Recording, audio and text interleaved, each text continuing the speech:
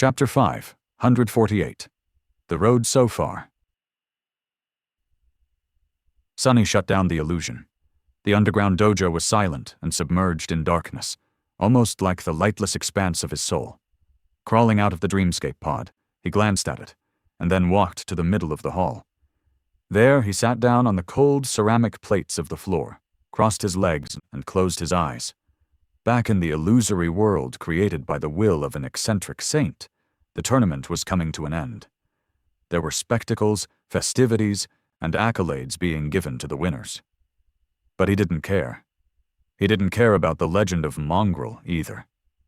Sunny had no doubt that his inexplicable refusal of the final reward and daring challenge had created quite a stir. Were people praising Mongrel for his resolve and ambition, or mocking his defeat and calling him a fool? In any case, the network must have been boiling right now. Sunny couldn't be bothered to check. He had much more important concerns. There was the final reward he had received, given to him by Morgan of Valor despite his failure, as well as previous rewards he had no time to study well. And there was Shadow Dance.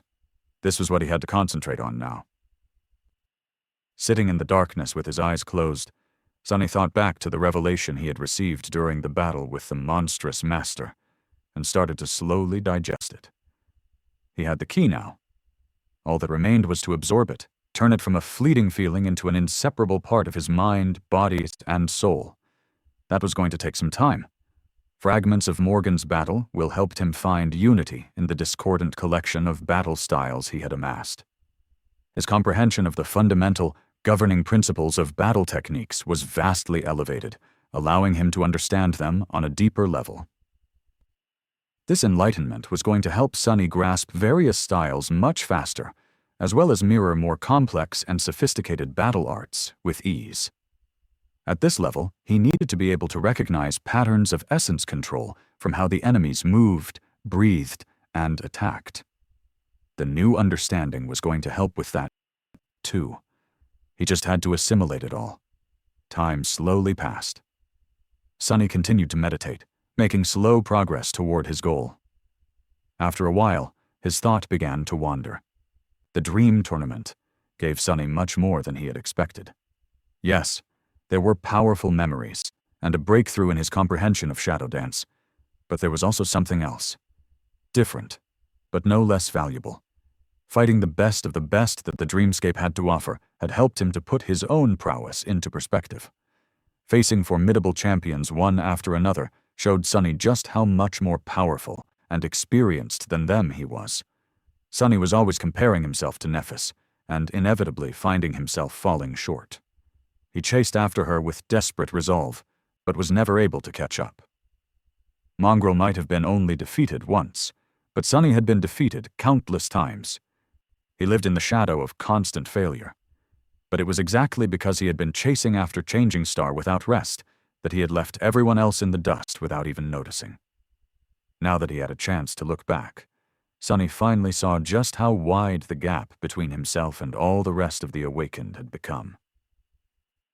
It was so wide that he had been able to cut the best of them down while barely using a quarter of his power. Back on the Forgotten Shore, Sunny had learned a simple truth. If one wanted to better themselves, they had to challenge those who were stronger than them. Nothing was more beneficial to one's growth than fighting against a superior opponent.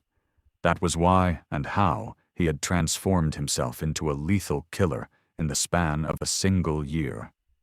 And, even though Sunny had not understood it before, using Nephis as a reference point achieved the same result. Even if the goal of surpassing her often seemed bitterly unattainable, he had come far by struggling to do so against all odds. So far. He saw it clearly now. But he also saw how much further he had to walk. Just as fighting the participants of the dream tournament had shown him his strength, fighting Morgan had shown him his weakness. Yes, Sunny was incredibly powerful for an Awakened of his age. But there were other giants out there, no less terrifying than him. They were older, stronger, and had years of battle experience and vast resources that he lacked. In front of them, Sunny was like an ant. A subtle smile appeared on his face. Or maybe like a cockroach. Morgan was a master of the great clan valor, and as such she was a peak existence among those below the level of a saint. She was kin to one of the sovereigns, so he could use her as a benchmark to know what was the worst he could expect.